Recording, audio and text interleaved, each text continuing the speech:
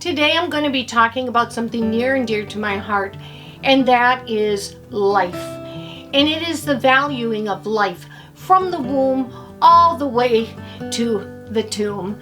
And so I hope you stick with me because I think you're going to learn some really important things that might blow you out of the water. Speaking from the point of being a mother, a nurse in NICU that actually cared for the 20-week on up, I've got some things I want to share with you. And at the end, I want to share a bit of history with you that I think most people don't know about. So I hope that you'll join me.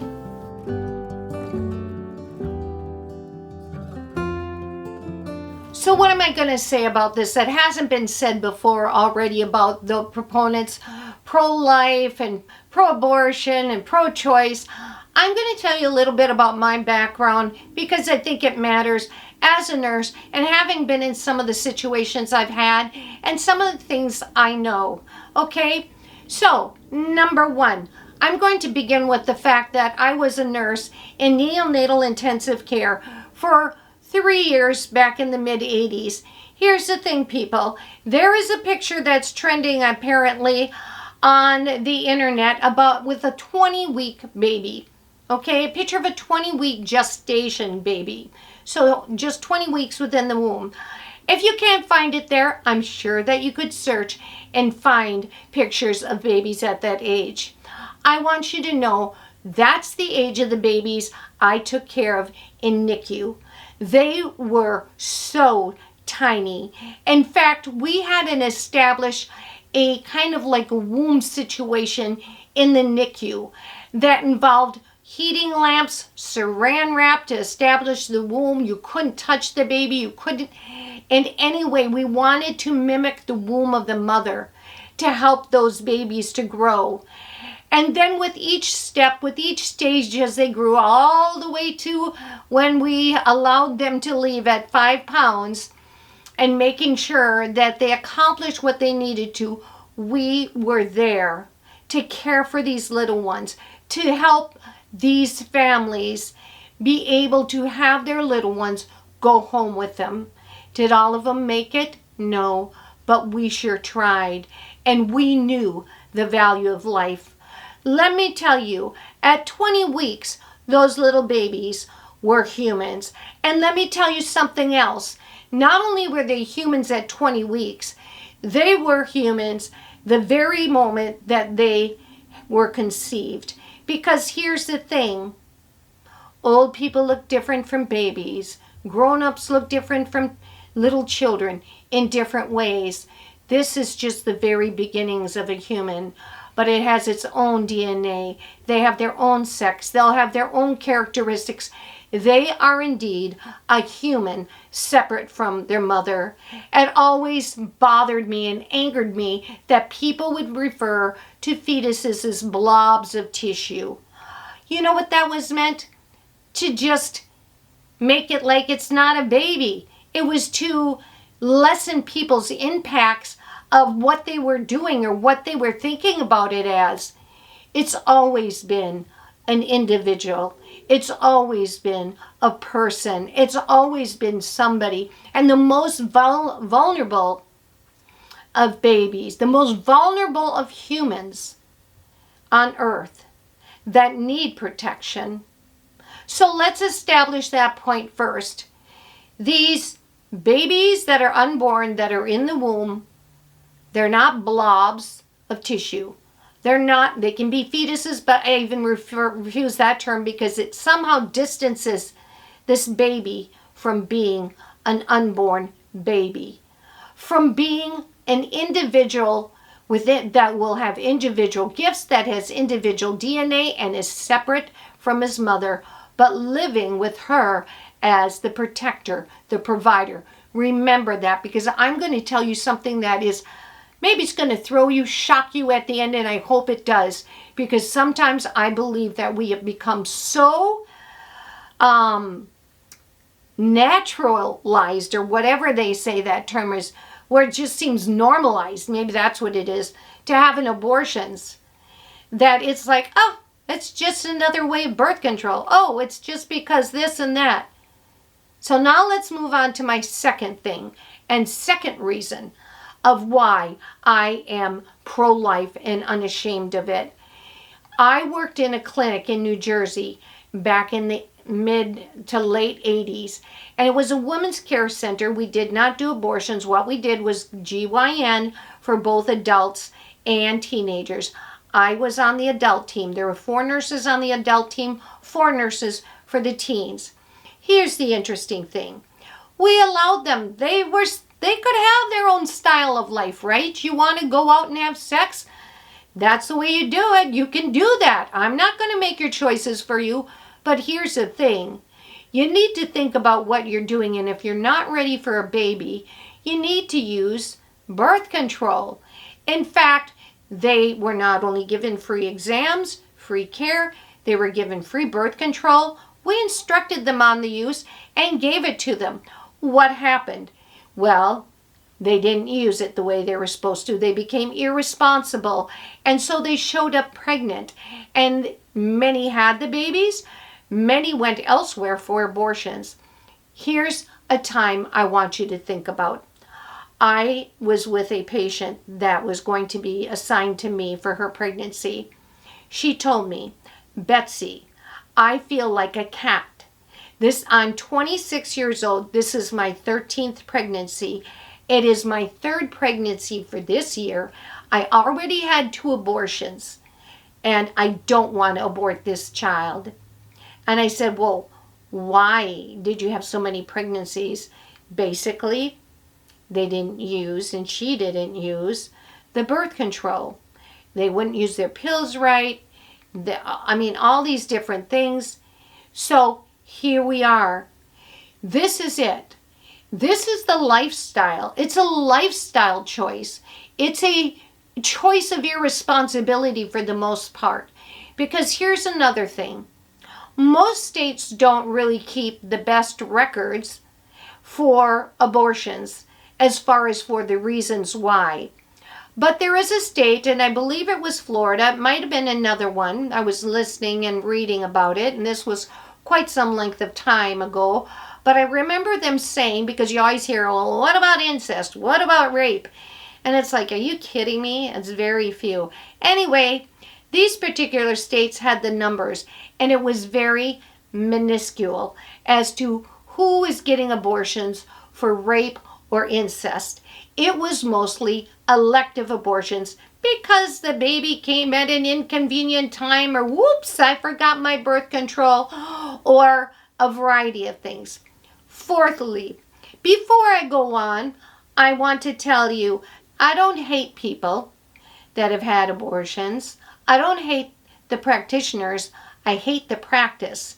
For the majority of the pro-lifers, they are like, we don't hate the girls. We don't hate the women in these situations. We don't hate the providers. We hate the practice, and we want it stopped. Here's another thing to think about. Talking about incest, I want to explain something to you. Another situation that happened was I was going to this church up in where I lived at the time in Wisconsin, and there were 2 young women, 2 young teens actually, whose aunt took them in because their father, who lived several hours away, had been committing incest with them. And both of his girls got pregnant by him. They were, I think, like 15, maybe 14, 16, I don't know, somewhere around there. But neither of them wanted to abort the baby because they felt like this is not the baby's fault. It is my father's fault. They were able to determine that and make the separation and say, I'm not going to hurt this baby because of what was done to me. And the thing is, there are very many people who were babies as a result of rape, but their mother did not get rid of them. Their mother loved them, raised them, and either raised them themselves or put the child in adoption. And here's the thing. People like to say, oh, well, the church this and they'll do this. Are there some churches that are like that? Absolutely. But in humanity, that's the way it is. You always have some of the ugly show up with the good, right? But Jesus said to love others and to love people and to do good for them. So churches, the church I was in and the churches I've been in, I've never seen a woman who's pregnant out of wedlock ever be treated disrespectfully, but instead to be supported and helped. But like I said, some of you may have gone to other churches where it wasn't like that. I wasn't at those churches. I didn't choose to go to those. So anyway, and my church is a Bible-believing church, lest some of you say, well, you didn't believe. No, and Jesus says, Jesus always came. He came to save sinners, right? And we are all sinners in need of a Savior. Must I remind you, we are all sinners in need of a Savior. Here's the other thing.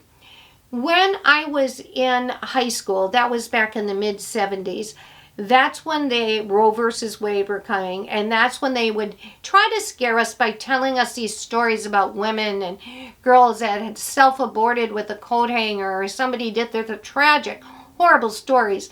But I still never I felt sorry for the women in those situations, the girls, but I never felt that it was right to abort the baby. Here's something very interesting. They call it compassionate care to terminate a pregnancy.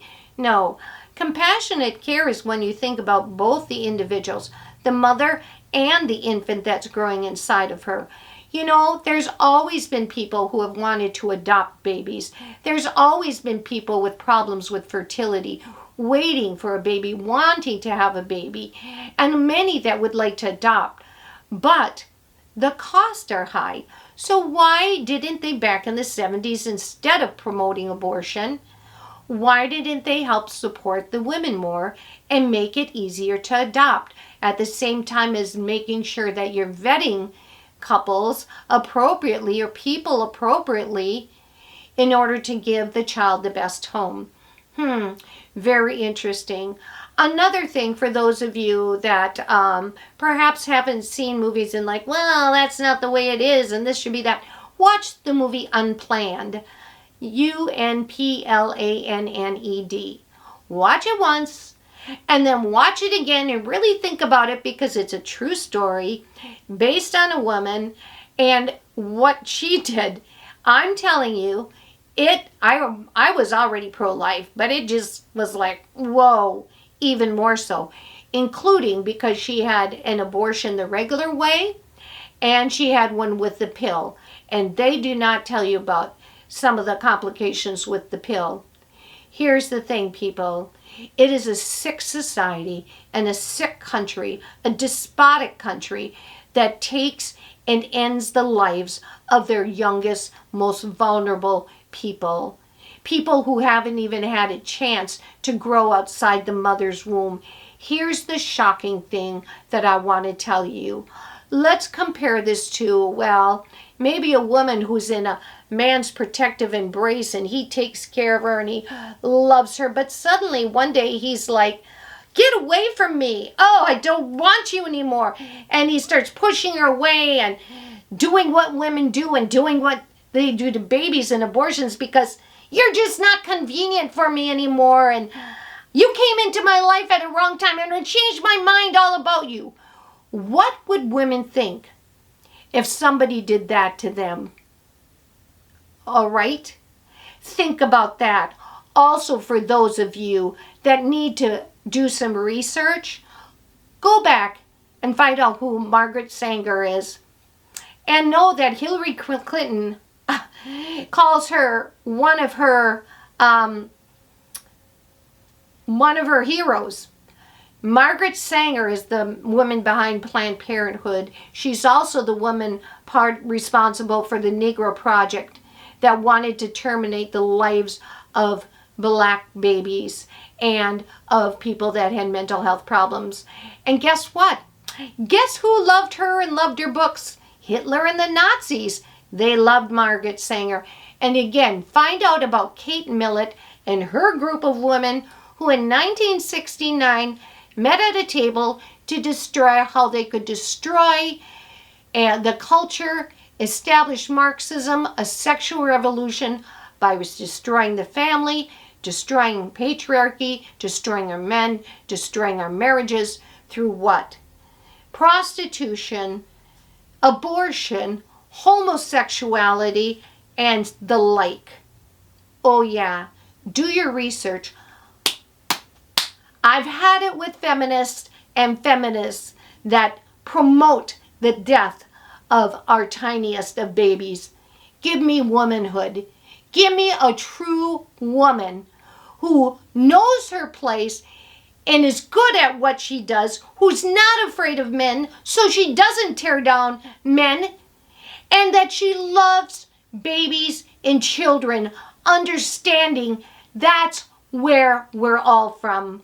How ludicrous it is of people to say and determine that someone can't live when you yourself are alive. I'm done today. I'm done with my rant, and I'm done telling you I cannot believe. I will never vote for Walz. I will never vote for Harris. I will never vote for anybody that doesn't value the life of the unborn. Because if you don't value the life of the unborn, you eventually won't value the life of anybody. And that's what we're seeing in our country as people come over the border, and this administration, Biden-Harris, don't do a thing and allow the deaths of citizens and the misappropriation of property and all that is going on. Think about that, people. Think about that when you go to vote in November. Now, if you like my video, this one was a little hotter, I'm usually calmer, subscribe and follow me for more. I do shorts on Saturday and Sunday, and put your comments in down where the comments are. All right, until next time, bye and be blessed.